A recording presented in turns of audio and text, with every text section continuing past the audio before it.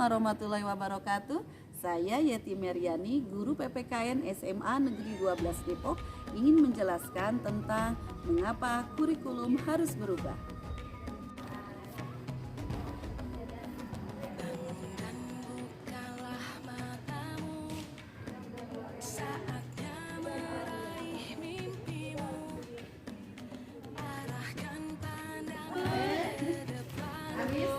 Harapan nih, iya mau jajan. Oke deh, nilainya udah bagus dong. Alhamdulillah.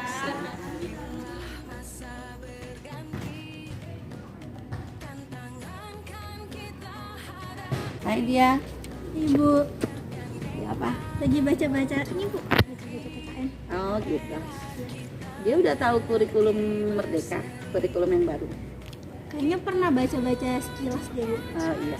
Emang kita belum menerapkan kurikulum Merdeka sih, kita masih kurikulum 13. Tapi esensi dari kurikulum Merdeka sudah diterapkan di sekolah kita. Oh, kalau nggak salah tuh kurikulum Merdeka tuh yang berpihak pada murid itu bukan sih Bu? Iya, Oke, kurikulum Merdeka seperti yang digagas oleh Bapak Menteri Pendidikan kita, Bapak Nadiem Makarim, itu kita lihat dulu peran dan fungsi dari kurikulum. Yaitu perannya adalah sebagai alat untuk mencapai tujuan pendidikan nasional. Adapun fungsinya adalah sebagai pedoman bagi guru dan murid agar terlaksana proses belajar mengajar dengan baik untuk mencapai tujuan pendidikan. Nah, tadi pertanyaannya, mengapa kurikulum harus berubah? Kurikulum yang baik adalah kurikulum yang sesuai dengan zamannya dan terus dikembangkan atau diadaptasi sesuai dengan konteks dan karakteristik peserta didik demi membangun kompetensi sesuai dengan kebutuhan mereka kini dan masa depan. Kemudian tadi kurikulum ini kan harus sesuai dengan zamannya. Nah ini terus berkembang dan pembelajaran akan membosankan kalau tidak ada perubahan. Oleh karena itu tugas kita untuk menyiapkan para peserta didik menghadapi zaman yang baru, zaman yang sama sekali berbeda dengan zaman kita dulu untuk membangun kompetensi sesuai kebutuhan mereka di masa kini dan di masa akan datang. Contohnya, zaman saya sekolah mendapat tugas guru membuat clipping, kita mencari di koran, di majalah dan lain-lain. Dan coba kita amati pada zaman sekarang, mereka lahir dengan teknologi di tangannya seperti HP, ya kan? Nah, ingin mengetahui segala sesuatu tinggal gerakan jarinya saja langsung dapat info. Nah, ingat dulu kita sekolah ketika ditanya oleh guru cita-cita, jawabannya pasti rata-rata polisi, jadi guru, jadi menteri mungkin dan lain-lain. Tapi kita lihat sekarang jawaban anak-anak ketika ditanya hal yang serupa, cita-cita mereka pasti lebih beragam dan mungkin sesuatu yang tidak pernah kita bayangkan. Misalnya jadi YouTuber, selebgram, makeup artis, animasi karakter kartun, sitek, atau menemukan aplikasi game. Jelas itu adalah berbeda. Nah, itulah mengapa kurikulum perlu adanya perubahan agar kita dapat menyiapkan generasi yang akan datang dan mampu memandang ke depannya. Jadi, dapatkah kurikulum itu berubah? Nah, tentu saja kurikulum operasional satuan pendidikan harus bersifat dinamis. Artinya dapat diubah sesuai dengan perubahan dan perkembangan budaya dan zaman. Selain mengikuti zaman yang dapat diadaptasi sesuai dengan lingkungan geografis.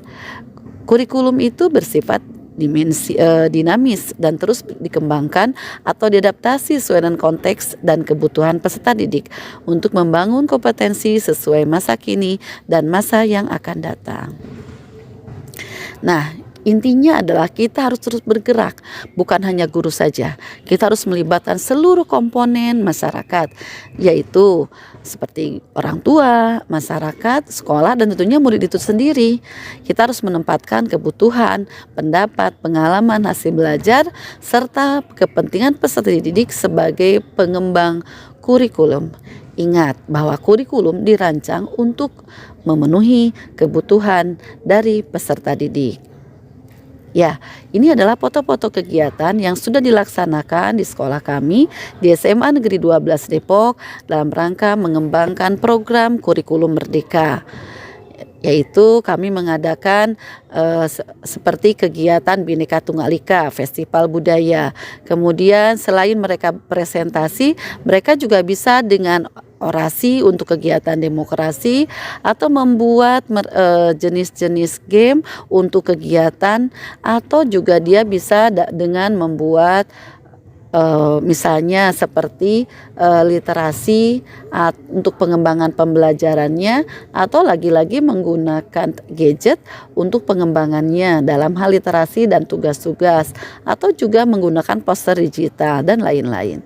Nah, foto kegiatan yang lainnya adalah di sini sebagai contoh. Ini anak yang dia kelompok membuat tugas dengan bernyanyi, menceritakan tentang bagaimana ancaman bidang politik, bidang ekonomi dan sebagainya. Nah, itu adalah contoh-contoh karya nyata anak-anak di SMA Negeri 12 Depok dalam mengembangkan kurikulum merdeka. Terima kasih, itu dari kami.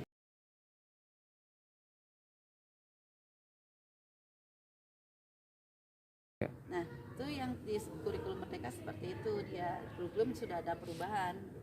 Oh, pantas ya waktu itu Ibu pernah memberikan kami tugas dan Ibu tuh memberikan banyak opsi gitu untuk mengerjakan tugasnya. Itu ya Bu yang dimaksud dengan kurikulum merdeka? Ya, itu salah satunya. Jadi itu namanya pembelajaran berdiferensiasi, di mana dalam menghasilkan produk pembelajaran itu anak boleh diberikan kebebasan untuk menentukan sendiri.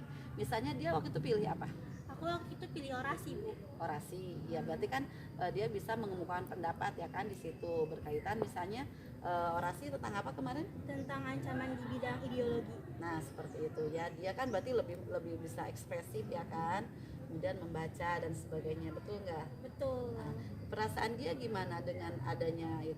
Yang pasti saya merasa sangat senang dan sangat terbantu Bu, di mana dengan adanya kurikulum merdeka ini kami sebagai murid itu diberikan beberapa opsi untuk mengerjakan tugas-tugas, dibanding waktu saya kelas 10 dulu guru hanya memberikan satu cara gitu untuk mengerjakan tugas, di mana dengan adanya kurikulum merdeka ini saya jadi paham bahwa Tuhan itu sebenarnya memberikan kemampuan kepada setiap individu itu berbeda-beda, dimana saya itu bisa melihat nih bahwa teman saya itu ada yang tidak suka berbicara, tapi dia itu lebih suka untuk mengekspresikan emosinya itu dengan cara tulisan seperti membuat puisi ataupun menuliskan secarik lagu. Dan juga ada teman saya yang lebih suka untuk menyampaikan emosinya itu dengan menggambar atau mewarnai gitu. Nah, itu tuh dari saya dan teman-teman saya yang rasakan itu, kita tuh jadi lebih enjoy gitu Bu untuk mengerjakan tugasnya, dibanding dengan hanya satu cara yang ditentukan oleh guru seperti waktu dulu kita tuh jadi tidak bisa mengekspresikan apa yang kita mau gitu.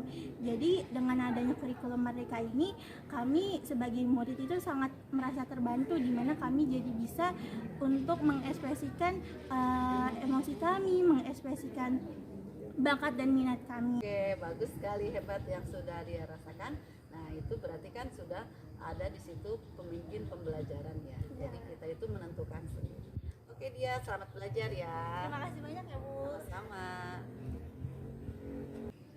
Baik, itulah mengapa kurikulum harus berubah yang sudah disampaikan dalam paparan narasi dan dialog langsung dengan murid dari SMA Negeri 12 Depok. Terima kasih. Assalamualaikum warahmatullahi wabarakatuh.